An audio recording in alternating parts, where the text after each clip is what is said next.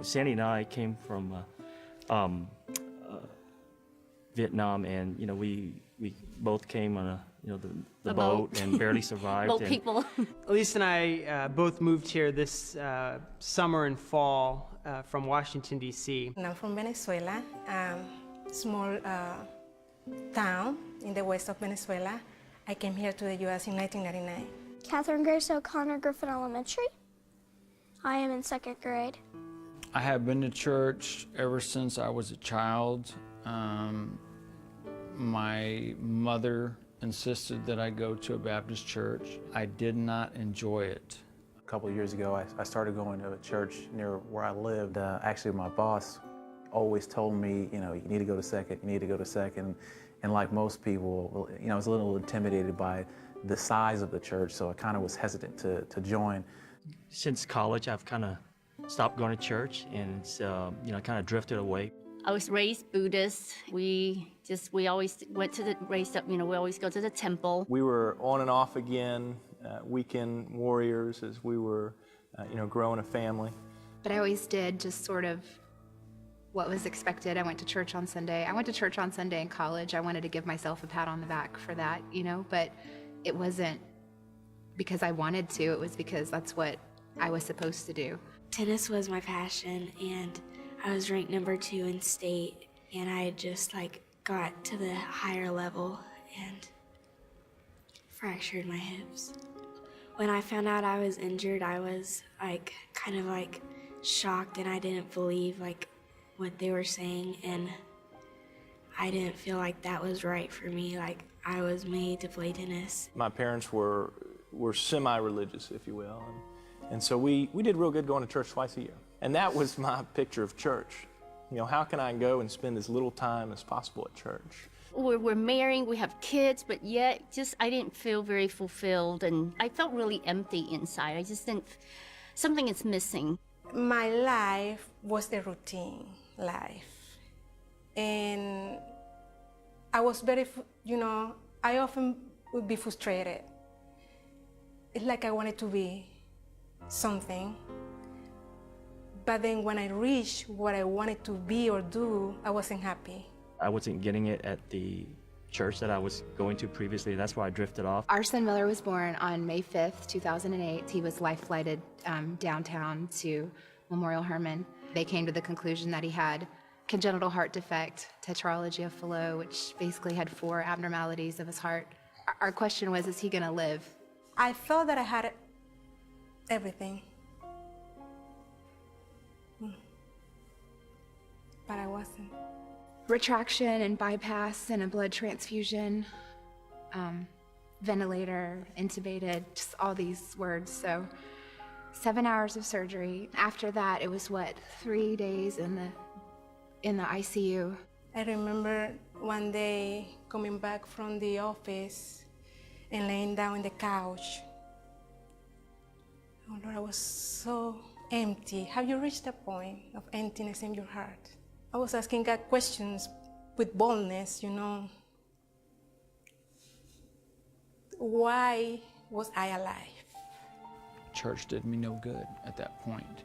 I just wanted to walk away from basically the world. I wanted to walk away from the world. For the first time in my life, I realized that I was not in control, that God was really in control.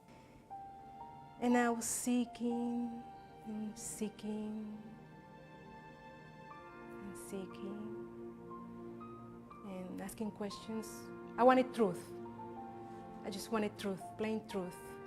Why is my purpose here? Why did you create me? I was looking for a church and in the internet, and I found this church. And they say, well, why don't you check out Second Baptist? And my first impression was, well, my mom's going to kill me for that. And so I hesitated for a long, long time. So I was kind of hesitant, Baptist, I didn't know what it was all about. Finally, I said, I really do, should open my heart out and see what's going on. I had no church until my children demanded that I come back here. And I sat in the back, way in the back. My dad decided that we should start going to church, and we tried out Second Baptist first. Miller's first nursery nurse was someone from this church.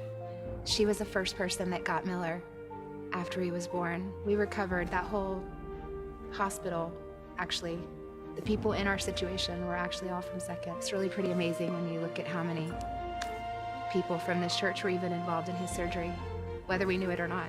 Within the first week of coming to Second Baptist Church and filling out the comment card saying that we showed up, we were here, and putting in the offering basket, that we had been called 5 times, and that 5th call even was Dr. Young himself calling Elise and just sharing how glad he was that we had come. Through the whole process of of our son being born, I finally lost control. I remember shortly after my son being born, sitting in church by myself. My wife was at home, just saying, I surrender. I surrender, God. I'm ready to do this. Yes, I was seeking truth. I just, teach me truth, Lord. I want truth. I don't know, no matter how bad it is, the truth, if I don't like it or if I disagree with the truth, I want truth. We both had a thirst for just whatever God had planned for us. We had a thirst. About the end of 2009, I had a friend of mine that I met here, actually, just through one of the programs. He taught me so much about Christ. I heard about Beach Retreat and I thought it'd be really fun, but I didn't really know anyone who was going, or I couldn't find any friends that could come. So I was like, should I go, should I not go? And I ended up going, and it was a blast, and I accepted Christ. I remember saying, well, Lord, I'm here. I don't know what do you have for me, but I didn't want my life. So it's like, I'm here. Whatever you want to do with me, take me, So, and I cried some more, and that's when I received Jesus. And I was finally able to take a hold of Jesus, and it filled me up inside. I had finally found what I was searching for. Whenever I first became a Christian, whenever I first understood God, and then that made me smile, and it was really fun.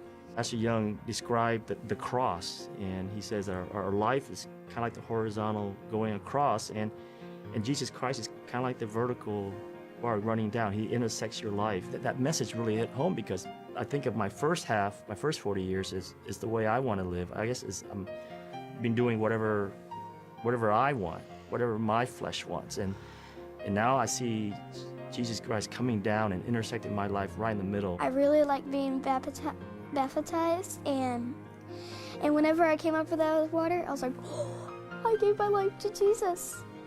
Of course, I decided to be baptized, and I was baptized here. When we both made that decision that Jesus Christ was our Savior, and we felt we felt so privileged to have the opportunity to be baptized on Christmas Eve, and that was very special to us. I mean, that was an incredible moment. I got baptized the next day at Schlitterbahn. Something came over me that I was trembling, and I couldn't stop crying. So I got baptized. So it's like, ooh, it's like I had to do that. I was visiting Second Baptist for a while, and it just more and more so as I've gotten involved, I said, I just need to do this. It's that time. The Sunday came, and it's just like every other Sunday when they ask you to come forth, and it was as though the Lord speaking to me right there and just said, just go up. I think being single, it's easy to feel alone a lot of times, and being part of this group, you have now brothers and sisters, friends, in places to go, people to talk to. Obviously, the church seems a little intimidating, but once you become a part of it and understand it, it's a wonderful home. Second Baptist is a great place to come to worship God. You feel welcomed here right away. We get so much out from it. I mean, just for our family and our relationship and for the kids. It's coming to Christ is it's a brand new journey for us. And obviously we need a lot of help, and Second has provided so many different ways to help us through marital classes, the classes to raise kids. I mean, these are the most important things in life. Our first Sunday, we went to the newlywed class and just felt right at home with other couples who were just figuring out how to do marriage according to the Bible. And since then, we've just felt so fed and blessed with friends. Even when we weren't really technically a part of Second Baptist, we had just flooded with support from this church. I'm thankful for just how genuine they are.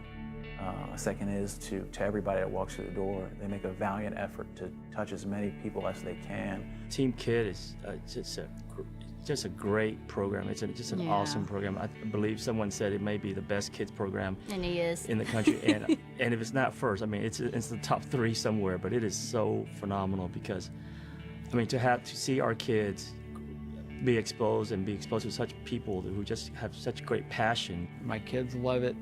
I love it. I couldn't ask for anything more.